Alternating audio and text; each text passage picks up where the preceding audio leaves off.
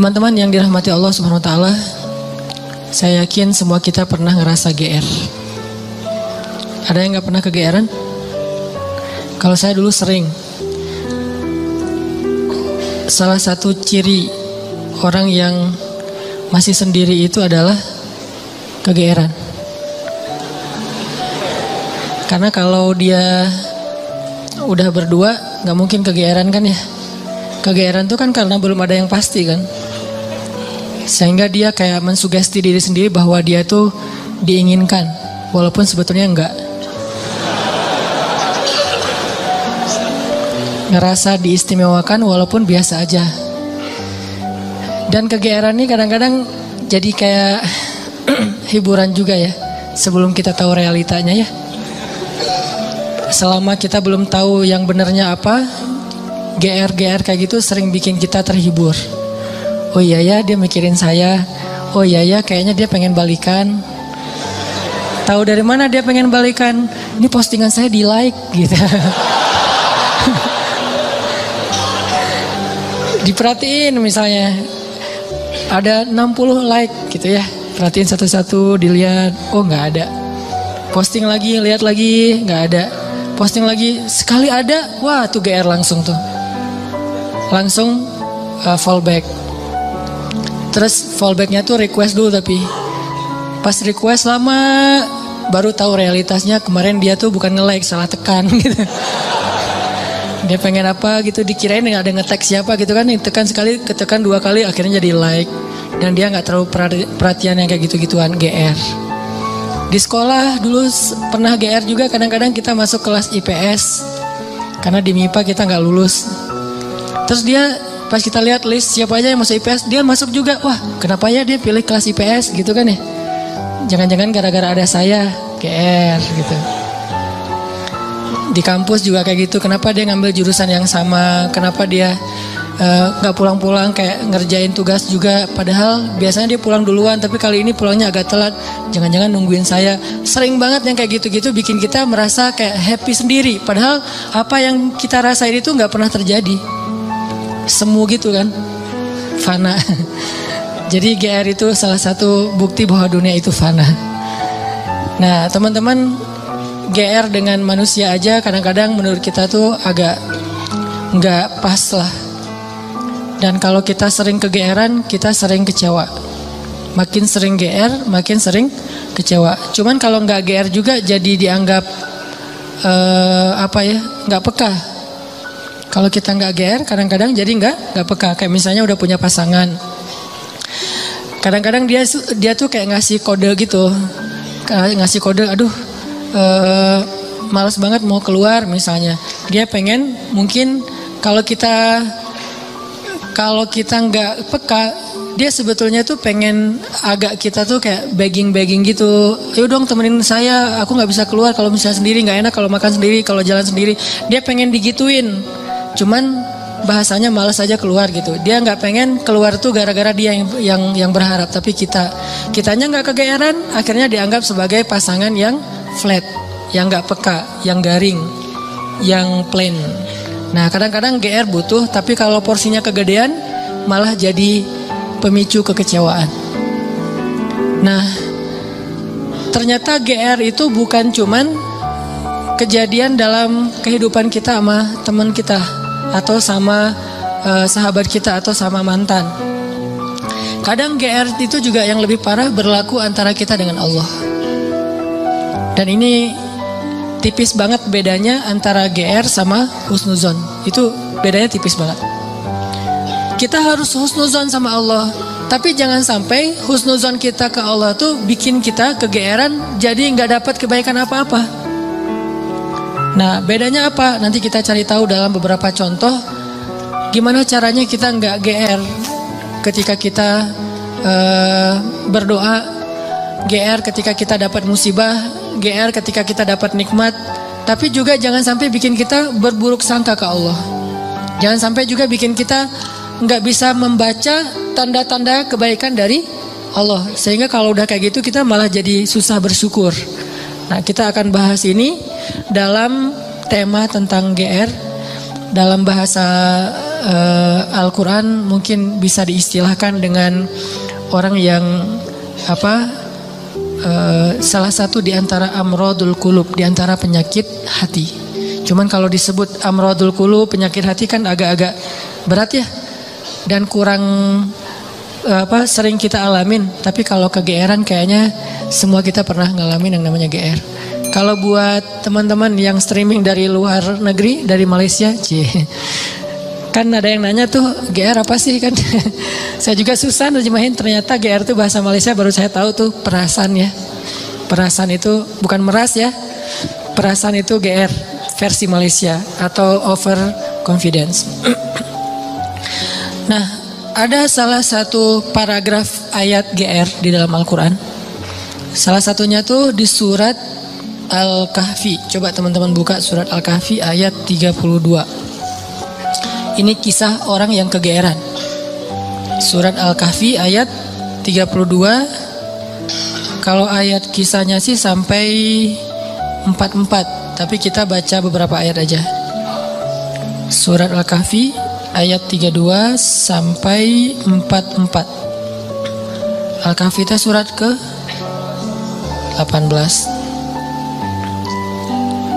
Ayat 32. A'udzu billahi minasy syaithanir rajim. Silakan.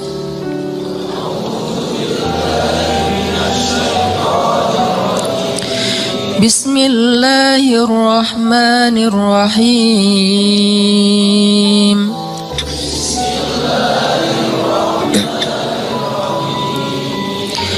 واضرب لهم مثلا الرجلين جعلنا لأحدهما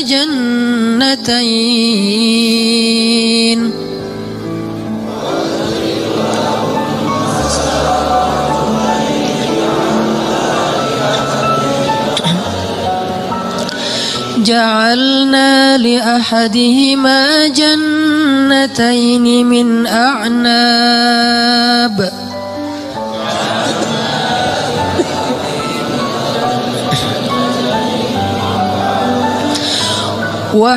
وحففناهما بنخل وجعلنا بينهما زرعا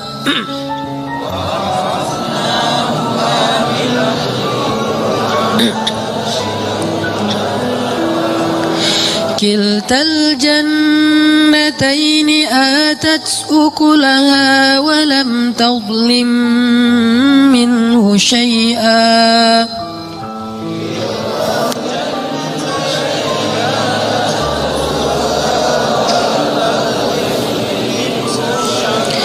وفجرنا خلالهما نهرا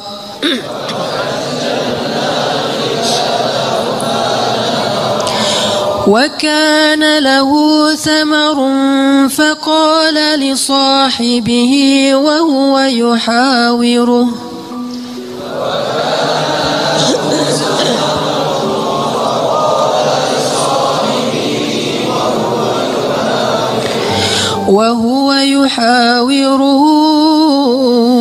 أنا أكثر منك مالا وأعز نفرا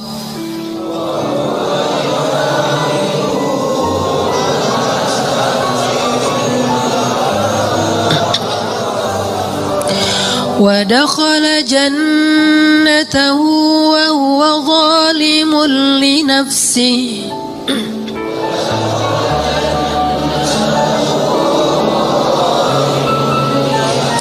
قال ما أظن أن تبيد هذه أبدا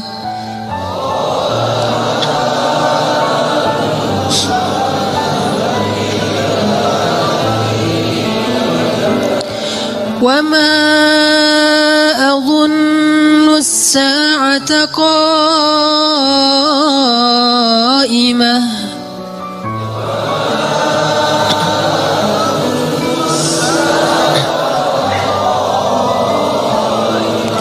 ولئن رددت إلى ربي ربي لأجدن خيرا منها منقلبا.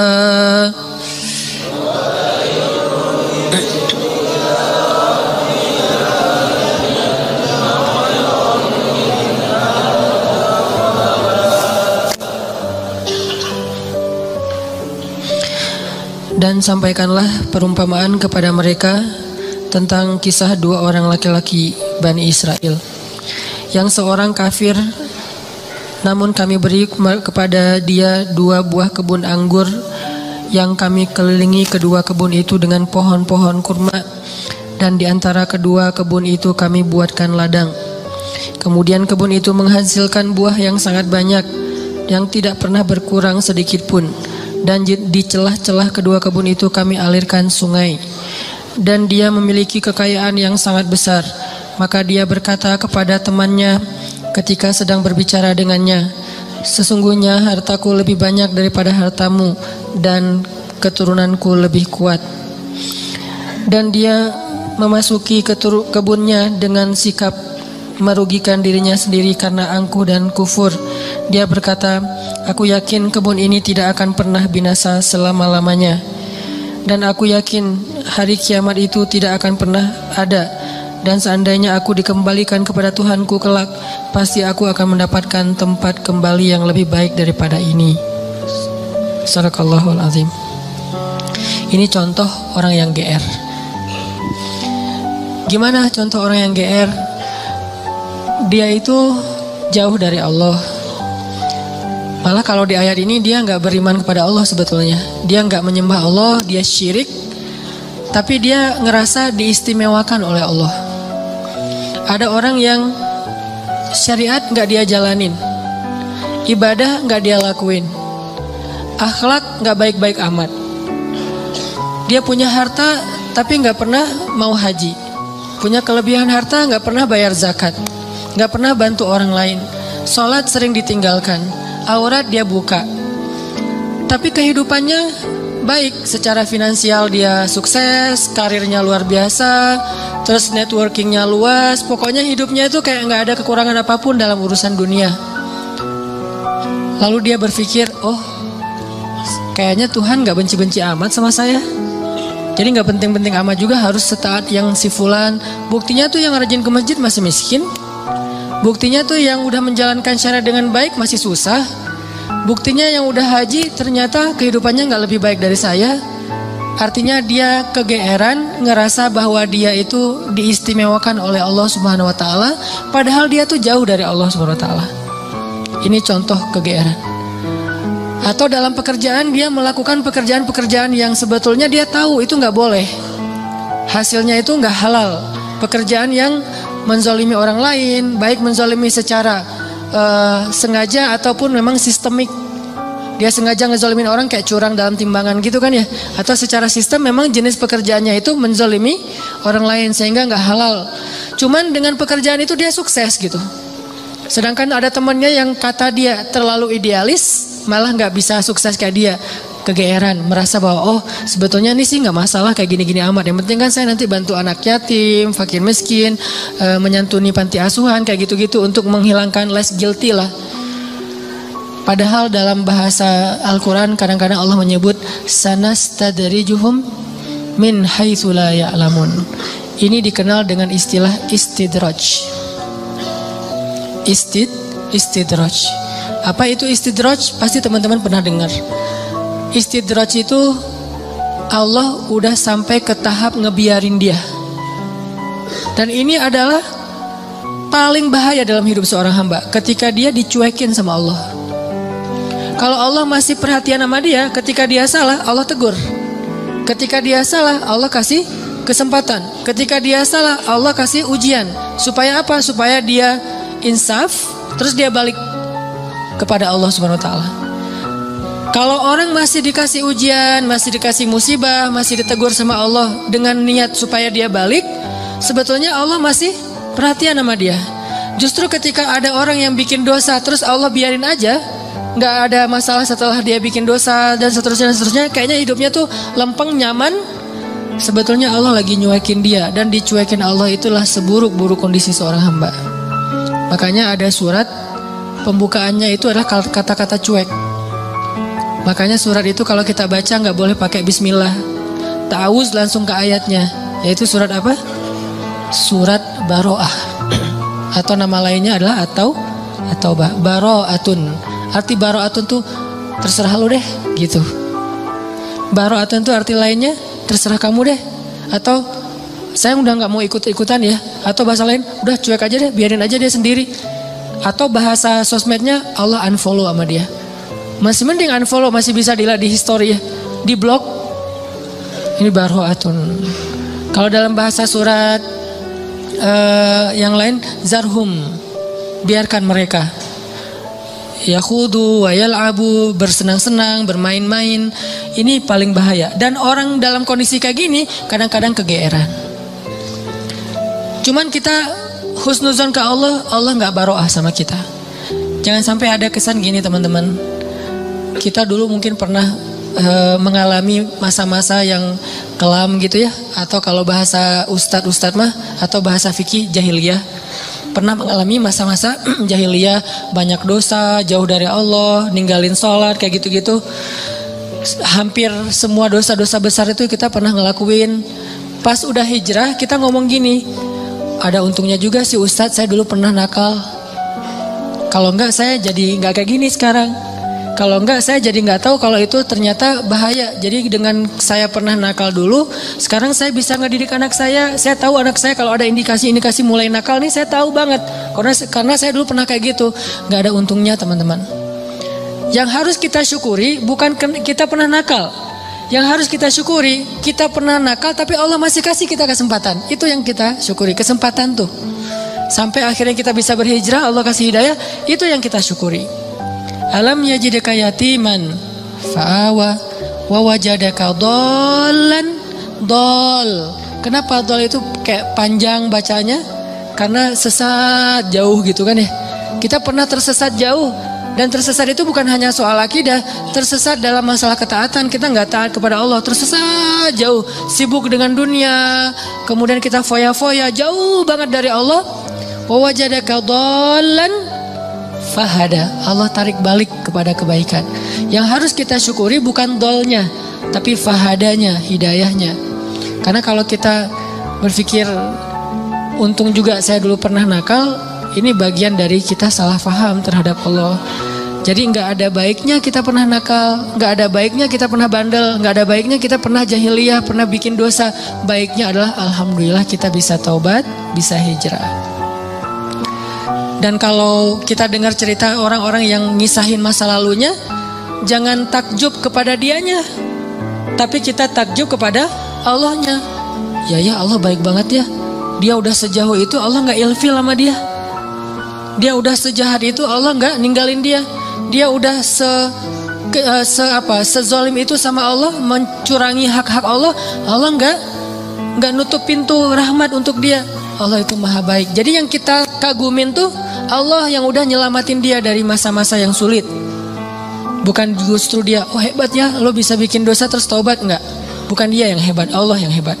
Karena betapa banyak orang yang Allah biarkan baro'atun dan matinya dalam keadaan su'ul khatimah.